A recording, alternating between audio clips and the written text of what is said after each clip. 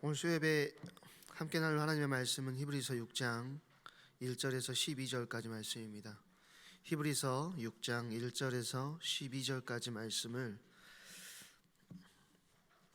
제가 봉독해 드리도록 하겠습니다.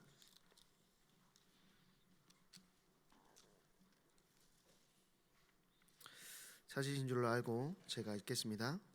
그러므로 우리가 그리스도의 도의 초보를 버리고 죽은 행실을 회개함과 하나님께 대한 신앙과 세대들과 안수와 죽은 자의 부활과 영원한 심판에 관한 교훈의 털을 다시 닦지 말고 완전한 대로 나아갈지니라. 하나님께서 허락하시면 우리가 이것을 하리라. 한번 빛을 받고 하늘의 은사를 맛보고 성령에 참여한 바 되고 하나님의 선한 말씀과 내세의 능력을 맛보고도 타락한 자들은 다시 새롭게 하여 회개하게 할 수 없나니 이는 그들이 하나님의 아들을 다시 십자가에 못 박아 드러내놓고 욕되게 함이라. 땅이 그 위에 자주 내리는 비를 흡수하여 밭 가는 자들이 쓰기에 합당한 채소를 내면 하나님께 복을 받고 만일 가시와 엉겅퀴를 내면 버림을 당하고 저주함에 가까워 그 마지막은 불사름이 되리라. 사랑하는 자들아, 우리가 이같이 말하나 너희에게는 이보다 더 좋은 것 곧 구원에 속한 것이 있음을 확신하노라. 하나님은 불의하지 아니하사 너희 행위와 그의 이름을 위하여 나타낸 사랑으로 이미 성도를 섬긴 것과 이제도 섬기고 있는 것을 잊어버리지 아니하시느니라. 우리가 간절히 원하는 것은 너희 각 사람이 동일한 부지런함을 나타내어 끝까지 소망의 풍성함에 이르러 게으르지 아니하고 믿음과 오래 참음으로 말미암아 약속들을 기업으로 받는 자들을 본받은 자 되게 하려는 것이니라. 아멘. 오늘 영적 성수감이라는 제목으로 하나님 말씀 증언하도록 하겠습니다. 제가 목이 좋지 않아 가지고 말씀 중에 삑사리가 날 수 있기 때문에 여러분들이 은혜로 들어주시기 바랍니다. 이제 봄이 돼서 제가 다시 운동을 시작하려고 생각을 하고 있습니다. 살이 많이 쪘기 때문에. 네, 저는 운동을 하게 되면 헬스장을 등록하지 않고 걷거나 뛰는 것을 좋아합니다. 좀 몸을 막 근육을 막 엄청나게 대단하게 만드는 것을 원하는 게 아니고 원래의 체형으로 만들기 위해서 운동을 하는 것이기 때문에. 네, 러닝머신을 제가 굉장히 싫어하는데 러닝머신 참 재미가 없습니다. 왜냐하면 어렸을 때부터 러닝머신을 많이 했어요. 어렸을 때 어떤 분이 자기는 안 쓴다고 러닝머신을 주셔가지고 해봤던 기억이 있는데요. 처음 한 달만 신기해서 해보고 그 다음에는 많이 하지 않았습니다. 대부분 신방을 가도 러닝머신들을 가지고 계신 분들이 있는데 대부분 화분 선반으로 쓰시든지 아니면 접어서 이거 빨래 걸어놓든지 하시더라고요. 러닝머신을 사람들이 많이 쓰지 않는 이유는 뭐냐면 변화가 없기 때문이에요. 제자리 걸음이기 때문인 것이죠. 우리 신앙생활도 변화가 없이 제자리 걸음이 된다면 쉽게 지치고 쉽게 넘어질 수 있다는 것입니다. 이스라엘 백성들이 광야에서 계속해서 제자리 걸음했죠. 계속 뺑뺑 도는 것처럼 보였습니다. 120km, 100km 정도 되는 그렇게 멀지 않은 거리임에도 불구하고 사실 걸어가면 충분히 걸어갈 수 있는 한 달 안에 주파할 수 있는 거리이긴 한데 그 거리를 40년 동안 계속해서 뺑뺑 돈다고 한번 생각해 보십시오. 근데 하나님께서 광야 생활을 통해서 이스라엘 백성들에게 원하셨던 것은 뭐냐면 어려운 상황 속에서도 불기둥과 구름기둥으로 이스라엘 백성들을 밤에는 얼어 죽지 않게 낮에는 타 죽지 않게 하나님께서 그 백성들을 지키시고 인도하셨다는 것입니다. 물론 문제들이 있었고 어려움이 있었지만 문제가 왔을 때마다 하나님은 물을 주시거나 또 만나를 주시거나 메추라기를 보내주시거나 하나님의 놀라우신 은혜들을 그들에게 보내주셨다는 것이죠. 하나님의 시간표대로 자기 백성을 주관하시는 하나님을 신뢰하기를 원하셨다라는 것입니다. 우리의 이 땅에서의 신앙생활이 사실은 영적인 가나안인 천국을 향해 걸어가는 광야 생활과 비유해서 설명을 많이 하게 되죠. 이 땅에서 하나님의 자녀들에게 찾아오는 위기와 어려움과 같은 모든 상황 가운데서 우리가 하나님을 신뢰하는 것, 그리고 하나님께서 원하시는 곳에 있는 것이 굉장히 중요하다는 것입니다. 우리의 믿음을 성장하게 하시고 하나님을 온전히 신뢰하며 말씀을 따라가는 자로 세우시기 위해서 우리를 광야와 같은 이 땅 가운데 내어주신 것이죠. 그런데 많은 그리스도인들이 성장하지 못하고 제자리 걸음하고 있을 때가 너무나도 많이 있다는 것입니다.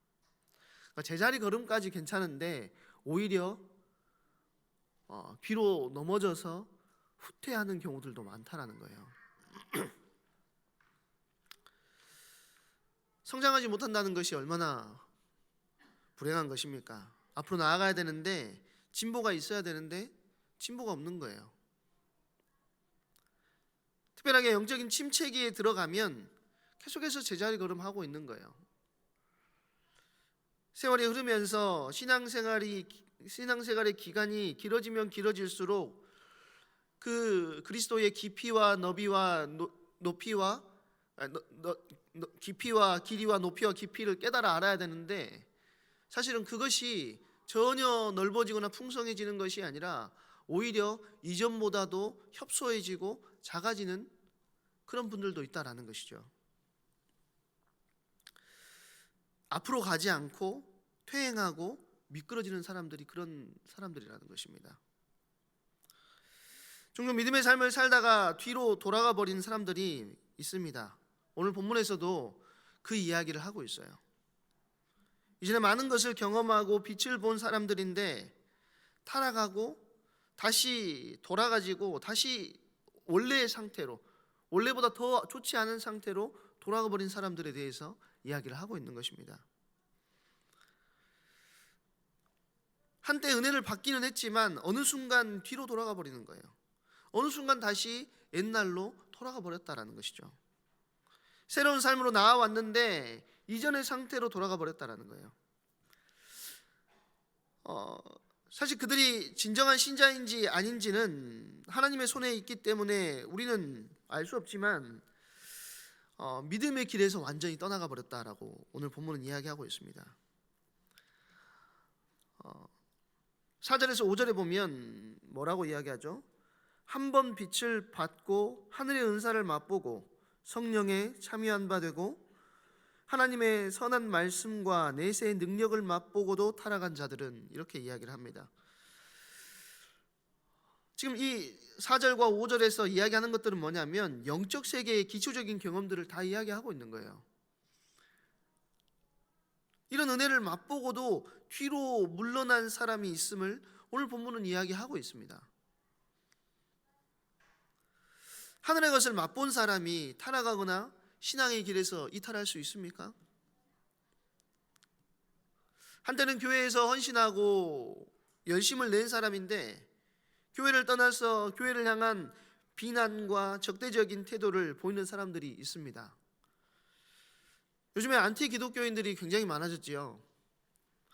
근데 그들이 교회를 전혀 모르는 사람들이 아니라는 거예요. 교회에 있었던 사람이고 교회에서 열심을 가졌었던 사람들인 경우가 굉장히 많이 있다라는 것입니다. 그런데 교회를 안 나가는 정도가 아니라 이제는 적대적인 태도를 보이게 되었다라는 것입니다. 디모데전서 1장에도 보면 사도 바울이 누구를 이야기하냐면 알렉산더와 후메네오라고 하는 두 사람에 대해서 이야기를 하고 있습니다. 그들은 분명히 제자였거든요. 그들은 분명히 하나님의 말씀을 따라서 움직이던 사람들이었습니다. 그런데 디모데전서 1장 20절에 보면 바울이 디모데에게 편지를 보낼 때 뭐라고 썼냐면 내가 그들을 사단에게 내어줬다라고 이야기를 하고 있어요. 근데 그 사단에게 내어준 이유가 무엇이다라고 이야기를 하냐면 저희로 징계를 받아 회방하지 말리하려 함이니라. 지금 그들이 계속해서 행하고 있었던 것이 어떤 일들이었냐면 그리스도의 복음에 대한 회방, 그리스도의 복음을 비난하고 손가락질하고 욕하는 자리에 있게 되었다라는 거예요.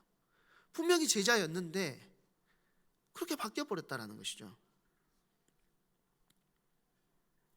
그러면 히브리서 기자의 질문이 은혜를 받은 그리스도인이 모든 것을 잃어버리는 것이 가능하냐는 거예요. 지금 사실 교리적으로는 불가능합니다. 하나님의 백성이고 하나님의 자녀라면 구원받은 사람은 구원을 잃을 수가 없습니다. 그런데 오늘 6절에 보면 타락한 자들은 다시 새롭게 하여 회개할 수 없나니 이는 그들이 하나님의 아들을 다시 십자가에 못 박아 드러내놓고 욕되게 함이라, 이렇게 되어 있습니다. 구원에서 벗어났다라는 것이죠. 로마서 8장에 보면 어떤 것도 하나님의 사랑에서 끊을 수가 없다라고 분명하게 이야기를 하고 있습니다. 사실 제가 이 본문을 정하고 지난 한 주 묵상하면서 본문을 바꿀까라는 생각을 굉장히 많이 했습니다. 이게 이 본문이 신학적인 논란이 많은 본문인 줄 알았다면 제가 고르지 않았을 건데 논란이 굉장히 많이 있더라고요.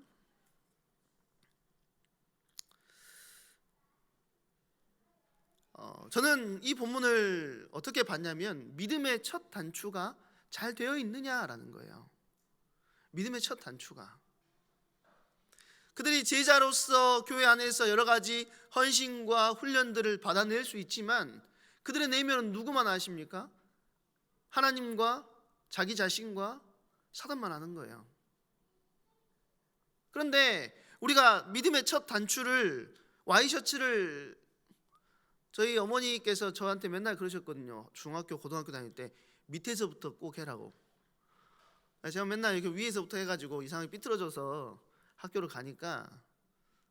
근데 믿음의 첫 단추를 잘 매는 거, 그것이 너무나도 중요하다라는 거예요. 베드로후서 3장 18절에 보면 오직 우리 주 곧 구주 예수 그리스도의 은혜와 그를 아는 지식에서 자라가라. 영광이 이제와 영원한 날까지 그에게 있을지어다, 그렇게 이야기합니다. 그리고는 17절에 보니까 무법한 자들의 미혹에 이끌려 너희가 굳센 데서 떨어질까 삼가라고 이렇게 말해요. 지금 이거는 사실 어떤 이야기냐면 베드로 자신의 경험에 대한 이야기입니다. 베드로의 인생은 굉장히 많이 흔들렸었어요. 위험한 순간이 여러 군데 성경에서 찾아볼 수 있다는 것이죠. 심지어는 예수님을 부인하기도 했습니다. 그런데 이런 경험은 가룟 유다도 비슷하다라는 거예요. 그런데 가룟 유다는 다시 돌아오지 못했다는 것이죠.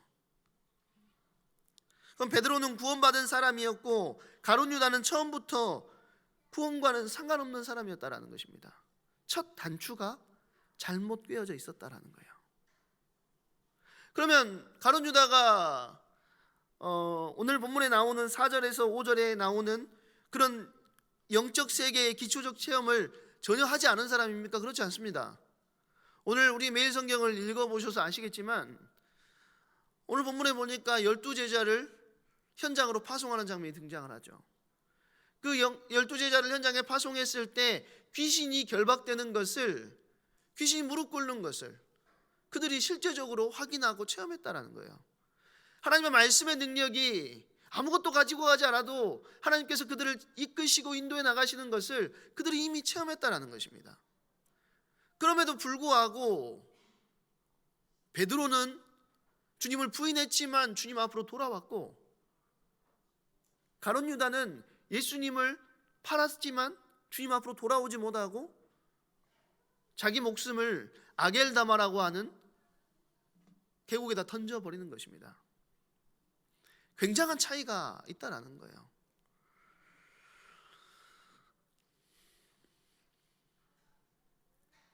여러 가지 우여곡절 끝에 베드로는 다시 주님 앞으로 돌아와서 굳게 세워졌죠. 그리고 예수 그리스도의 은혜와 그를 아는 지식에서 자라가기를 계속해서 갈망했다라는 것입니다. 그래서 베드로는 흔들렸던 자신의 과거를 생각하면 자기에게도 위험천만한 순간이 있었기 때문에 믿음에 서서 돌아보면서 베드로전서와 후서를 쓰면서 그리스도 안에서 성장해 가야 될 것에 대해서 이야기를 하고 있다는 것입니다. 오늘날 많은 교회에서 힐링이나 치유에 대해서 이야기를 합니다. 근데 중요한 것은 치유와 회복은 부수적인 것입니다. 그러면 무엇이 먼저냐면 영적으로 성장해야 된다는 거예요. 치유를 추구한다고 회복이 오는 것이 아니기 때문이라는 것이죠. 병에서는 나음을 입었는데 생기가 없고 활력이 없는, 겨우 목숨만 붙어 있는 경우에는 그를 살았다고 말할 수 없다는 것이죠. 영적으로 성장하면 저절로 회복이 일어나게 되어 있다는 것입니다. 아이였을 때, 여러분들 이제 어린 아이를 키워보셔서 아시겠지만, 아이였을 때는 면역력이 약해가지고 골골대다가 성장하면서 질병이 없어지는 경우들이 종종 있습니다. 아토피도 어렸을 때는 굉장히 심했다가 성장하면서 옅어지는 경우가 많이 있죠. 자라니까 작은 것들에 걸려 넘어지지 않는 거예요. 어린아이가 목숨 걸고 지키던 장난감이 나이가 들면 아무것도 아니라는 것을 알게 되는 것과 같다라는 것입니다. 자라면, 성장하면 그때의 생각, 그때의 수준에서 벗어나게 된다라는 것이죠.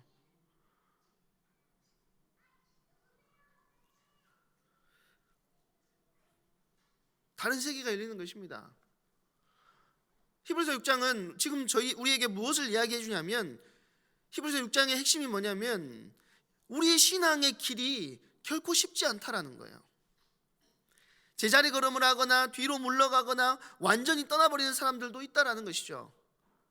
첫 단추를 잘못 끼워서.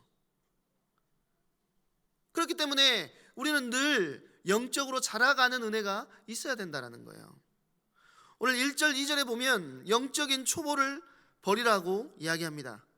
2절 하반절에는 완전한 대로 나아가라 라고 이야기를 하고 있어요. 사실 두 가지는 같은 말을 하고 있는 겁니다. 성숙되어져야 된다라고 이야기를 하고 있는 것이죠. 신앙의 여정에서 일어나는 뛰어넘어야 할 단계들이 있다라는 거예요. 처음에는 누구나 다 초보죠. 처음에는 누구나 다 초보예요. 그러나 세월이 흐르면서 초보에 흐르면 흐를수록 계속해서 그 자리에 머물러서는 안 된다라는 거예요. 아이가 태어나기는 했는데 계속 아이의 상태에 머물러 있다면 굉장히 걱정되는 일이라는 것이죠. 그러면 그 아이를 안고 병원에 가서 검사를 해봐야 된다는 거예요. 그러면 초보가 어떤 상태를 초보라고 이야기를 합니까? 단단한 음식을 먹지 못하고 젖이나 먹는 사람을 이야기하는 거예요. 단단한 음식을 먹이면 탈이 나고 병이 나는 것이죠. 고린도전서 3장에 보면 바울이 그런 사람을 어떤 사람이다라고 이야기하냐면 육신에 속한 사람이다라고 이야기를 하고 있습니다. 육신에 속한 자들은 늘 먹기 편한 거, 그것만 원하는 거예요. 자신이 듣고 싶은 말씀만 듣는 것이죠. 그것이 오면 좋아하고 그 말씀이 아니면 딴청을 피운다라는 겁니다. 그리고 진리가 깊어지면 깊어질수록 그것에 대해서는 별로 신경을 쓰지 않고 관심이 없어요.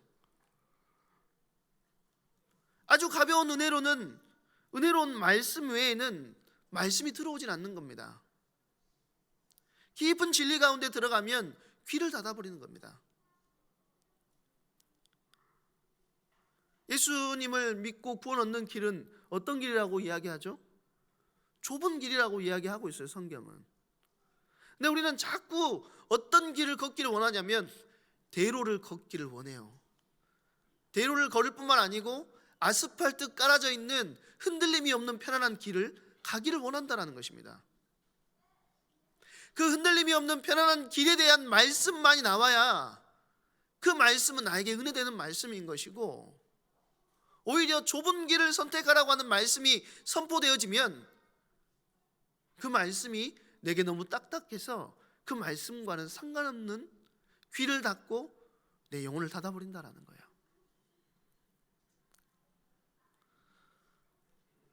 쉽게 말하면 나 중심으로 예수님을 믿고 싶어 한다는 것입니다.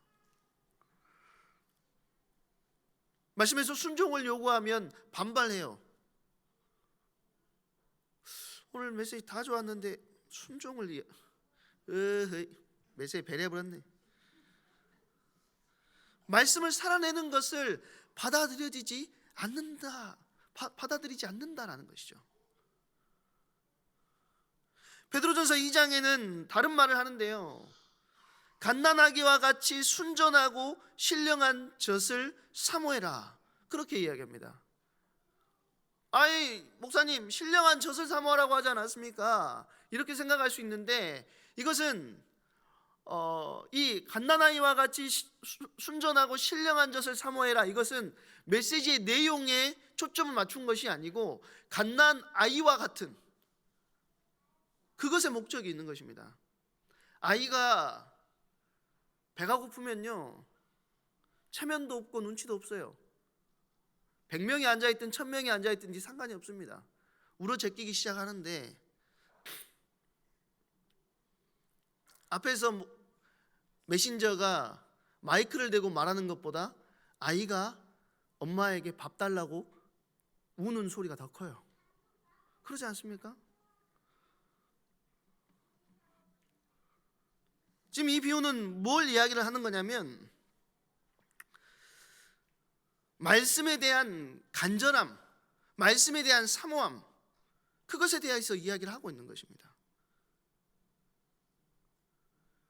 베드로는 그 사모함이 있어야 영적으로 자람을 말하고 있어요. 믿음은 들음에서 나고 들음은 하나님의 말씀에서 말미암는 것입니다.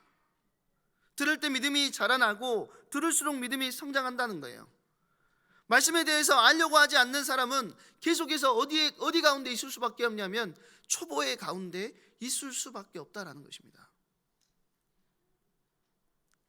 뭐죠?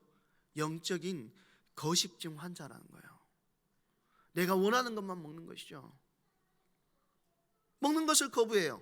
완전히 말라 있습니다. 말씀에 대한 갈망도 없어요. 영적으로 성장해가는 사람들의 특징은 뭐냐면 말씀에 대한 태도가 남달라요. 작년에 저희 교회에 등록하신 어떤 성도님이 계시는데, 저희 교회에서 성경 통독을 했잖아요, 작년 한 해.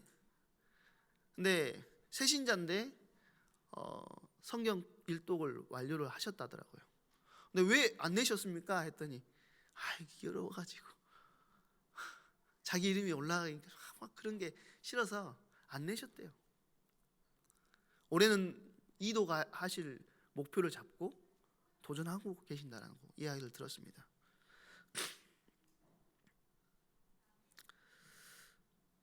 말씀에 대한 태도가 남다르다는 거예요. 받아들이는 태도도 남달라요.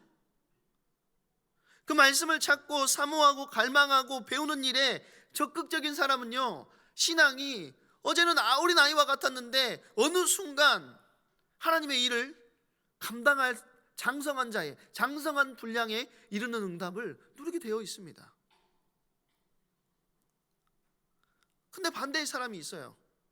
교회 왔는데 굉장히 부지런하고 헌신도 하고 교제도 하고 인간관계도 다 좋고 하는데 뭔만 피하냐면, 말씀의 자리만 피한다면 핵심적인 일들은 다 맡고 있을지 몰라도 믿음은요, 초보의 자리에 머물 수밖에 없다라는 것입니다. 말씀을 듣고 믿음이 자라야 헌신할 능력이 그 말씀의 능력 안에서 나오게 되는 것인데, 믿음이 자라지 않은 상태에서 일을 하니까 일할 능력이 점점 빠지기 시작하는 거예요. 그래서 단단한 음식을 먹을 수 있는 단계가 와야 된다는 거예요. 처음에 이유식을 먹기 시작하면 단계가 있잖아요. 이유식에도 단계가 있어요. 2주에는 뭘 먹여야 되고 2주에는 뭘 먹여야 되고. 부모들의 소망은 뭐죠? 빨리 밥을 먹었으면 좋겠죠. 이유식을 따로 안 만들어도 되니까. 저희 어렸을 때는 이유식을 따로 안 해주시고 할머니가 씹어서 주셨잖아요. 그게 이유식이었어요. 다들 아시지 않습니까?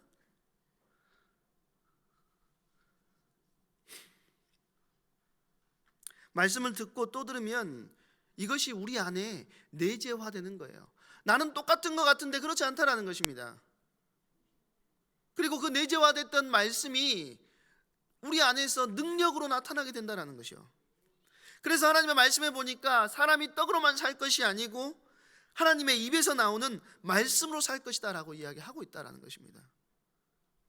지금 어려운 가운데 있다 할지라도 말씀이 들려지고 내 안에서 능력이 되고 있으면 그 고난은요 아무것도 아닙니다.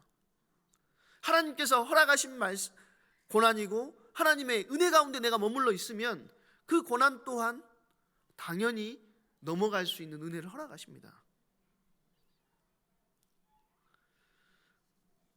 초보를 버리는 것으로 끝나는 것이 아닙니다. 초보를 버리는 것으로 끝나는 것이 아니라 완전한 대로 나아가야 돼요. 우리의 목표는 완전함입니다. 우리는 사실 완전할 수 없는 존재예요. 여기서 말하는 완전함이란 그리스도를 닮아가는 것입니다. 2절에 보니까 그렇게 이야기하죠. 세례들과 안수와 죽은 자의 부활과 영원한 심판에 관한 교훈의 털을 다시 닦지 말고 완전한 대로 나아갈지라. 우리가 완전한 대로 나아가야 되는데 이 그리스도를 닮는 것, 그리스도에게까지 자라는 것입니다. 빌립보서 3장 8절에 보니까 모든 것을 해로 여김은 내 주 예수 그리스도를 아는 지식이 가장 고상하기 때문이라. 내가 그를 위하여 모든 것을 해로 여기고 배설물로 여김은 그리스도를 얻고 라고 했습니다. 굉장한 말이죠. 바울은 오직 한 가지예요. 빌립보서를 보면 오직 그의 목표는 뭐냐면 그리스도를 알고자 하는 열망에 가득 차 있었다라는 거예요. 그리스도를 아는 지식이 가장 고상하다고 이야기를 합니다. 그리고 그리스도에게까지 자라는 것이 바울의 소망이고 소원이었다라는 것이죠. 날마다 그리스도를 알고 싶어 했어요. 그리스도 안에 있는 모든 것이 들어있음을 사도 바울은 알았다라는 것입니다. 그리스도가 하나님께서 숨겨놓은 비밀이라는 사실을 사도 바울은 알았어요. 그리스도 안에 모든 지혜, 모든 지식, 모든 보화가 감추어져 있음을 사도 바울은 알았다라는 것이죠.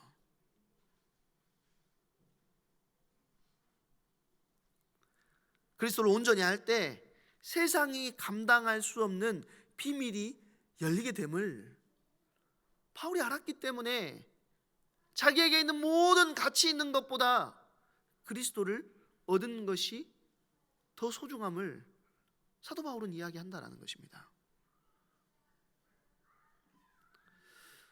목표를 잃어버리면 영적인 침체기가 오게 돼 있습니다. 많은 사람들이 영적 초보에 머물러서 만족해요.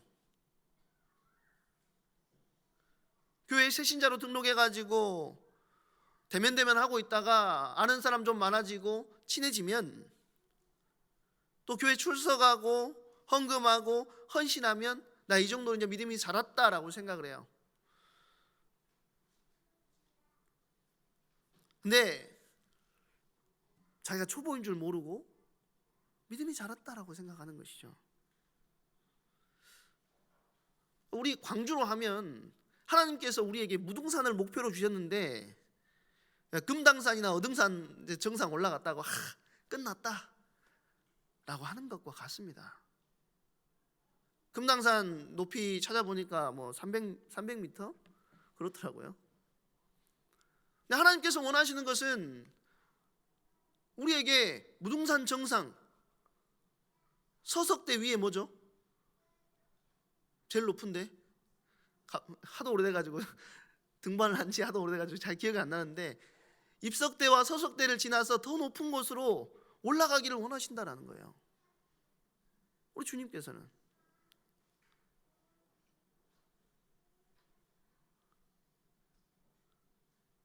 우리가 그리스도에게까지 자라가는 것을 우리 주님은 원하신다라는 것입니다. 성경을 조금 아는 것으로 신앙이 자랐다라고 생각을 하면 착각입니다. 성경을 아는 것과 그리스도를 아는 것은 다른 거예요. 성경에 대한 박사들이 얼마나 많이 있습니까? 인문학 박사들이 얼마나 많이 있습니까? 인문학을 좀 공부한다는 사람들은요, 성경을 교회 다니는 사람들보다 더 많이 읽어요. 더 잘 알아요.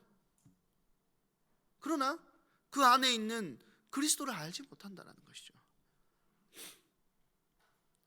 11절 12절에 보면 우리가 간절히 원하는 것은 너희 각 사람이 동일한 부지런함을 나타내어 끝까지 소망의 풍성함에 이르러 게으르지 아니하고 믿음과 오래 참음으로 말미암아 약속들을 기업으로 받는 자들을 본받는 자 되게 하려는 것이니라. 이렇게 이야기합니다.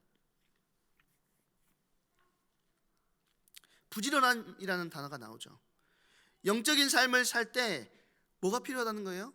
부지런함이 필요하다라는 거예요. 영적인 성숙과 변화와 성화를 위해서는 우리가 주님 앞에 나아가려고 하는 영적인 도전들이 필요하다라는 것이죠.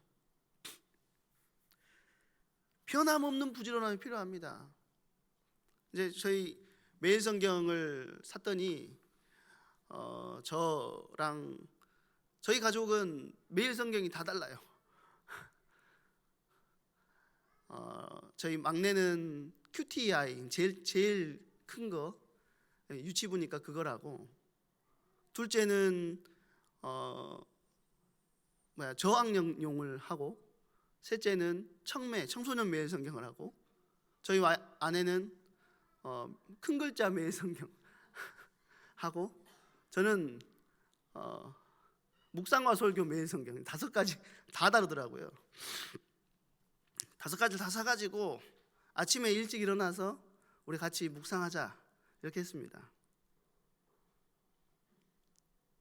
안 일어나던 시간에 일어나려고 하니까 일어나집니까? 안 일어나져요. 근데 제가 이제 애들을 깨우는 거예요. 눈은 떴는지 안 떴는지 모르고 다 나와가지고 성경을 본문을 한번 다 읽고, 제가 한번 곱씹어서 이야기를 해주고, 자기의 이제 매일 성경을 하는 거예요.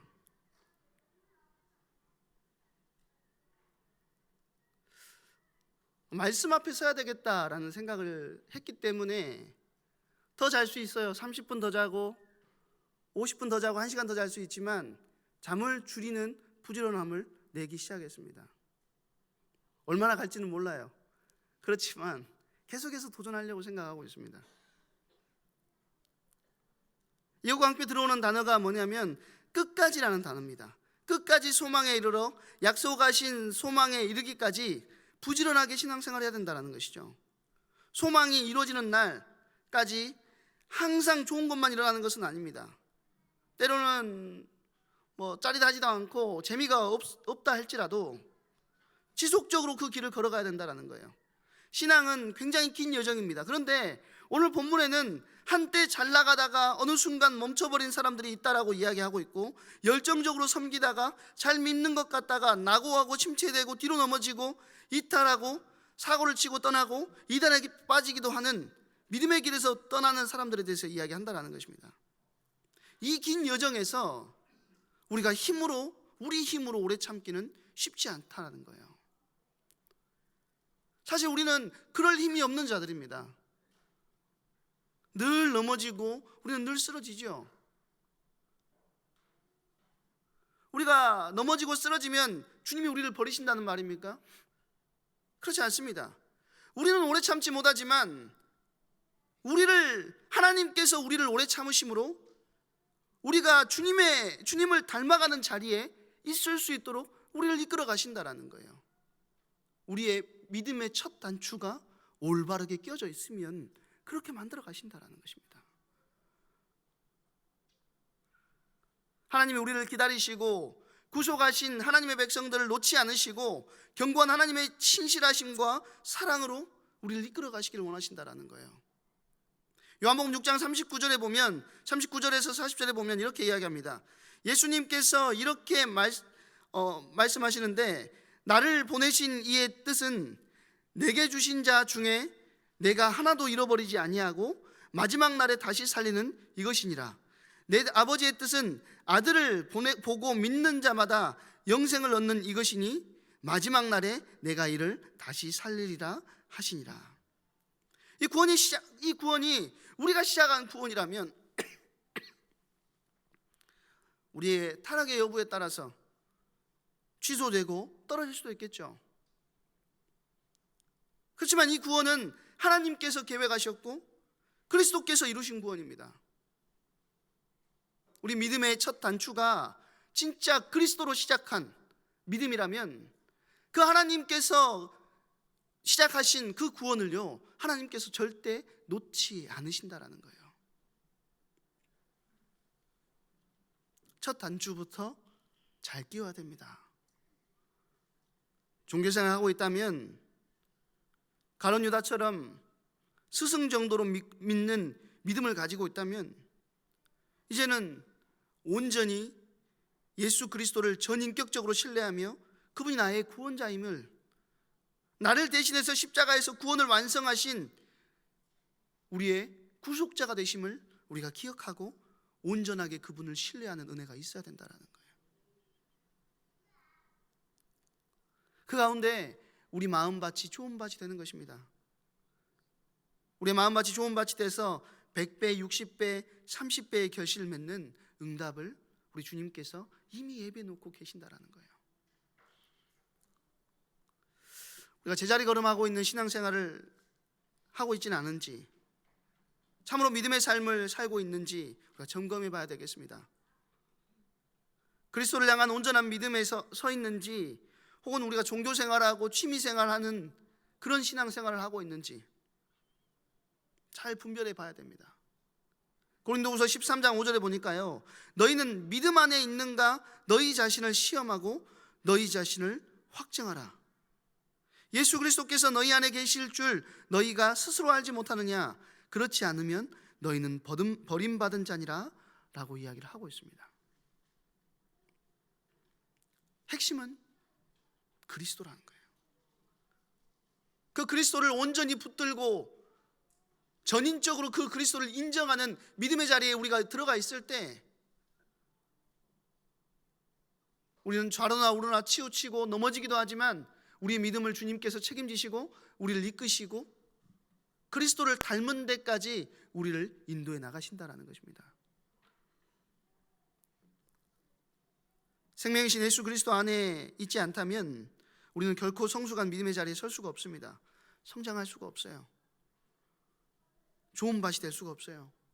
그리스도 안에서 참 자유와 힘을 얻으며 주님을 닮아가는 은혜의 자리에 있게 되시기를 주님의 이름으로 축원드립니다. 시간에 같이 합심해서 한 번만 기도합시다. 하나님, 우리가 제자리 걸음하는 신앙에서 벗어나게 하여 주시옵소서. 그리스도의 복음을 깊이 가지고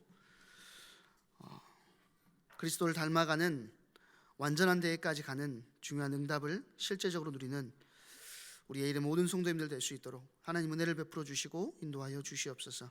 우리 시간에 같이 합심해서 한 번만 기도하도록 하겠습니다. 사랑의 하나님, 참 감사합니다. 하나님 주시는 중요한 은혜와 능력이 충만하게 임하기를 소망합니다. 하나님 아버지, 우리의 믿음이 어린아이와 같이 내가 먹기 편한 말씀만을 받아들이는 수준이 아니라 아버지, 이제는 딱딱한 것도 먹고 하나님의 말씀의 깊은 비밀 속에 하나님 아버지 그 말씀에 순종하며 말씀을 따라 나가는 믿음의 성장이 있게 되기를 소망합니다. 그 첫 단추가 하나님 아버지 그리스도임을 고백합니다. 아버지, 그리스도 아닌 다른 것들을 우리의 처음에 두지 않게 하시며 하나님 아버지 그리스도를 늘 붙들게 하시고 그리스도 안에 거하게 하시며 그리스도와 함께하는 중요한 응답을 실제적으로 누릴 수 있도록 우리의 이름 모든 성도님들 가운데 아버지께서 은혜를 베풀어 주시고 인도하여 주시옵소서. 아버지, 장성한 분량에 이르기까지 하나님 아버지 우리를 세우시고 이끌어 가시고 인도해 나가시는 그 주님을 신뢰하며 주님께 온전히 의지하오니 아버지, 정말로 주님께서 우리를 포기치 않으시고 우리를 붙들고 계심을 믿사오니 아버지 우리를 인도하여 주시옵소서. 주님께서 모든 것을 주장하시고 인도하실 줄 믿고 감사드립니다.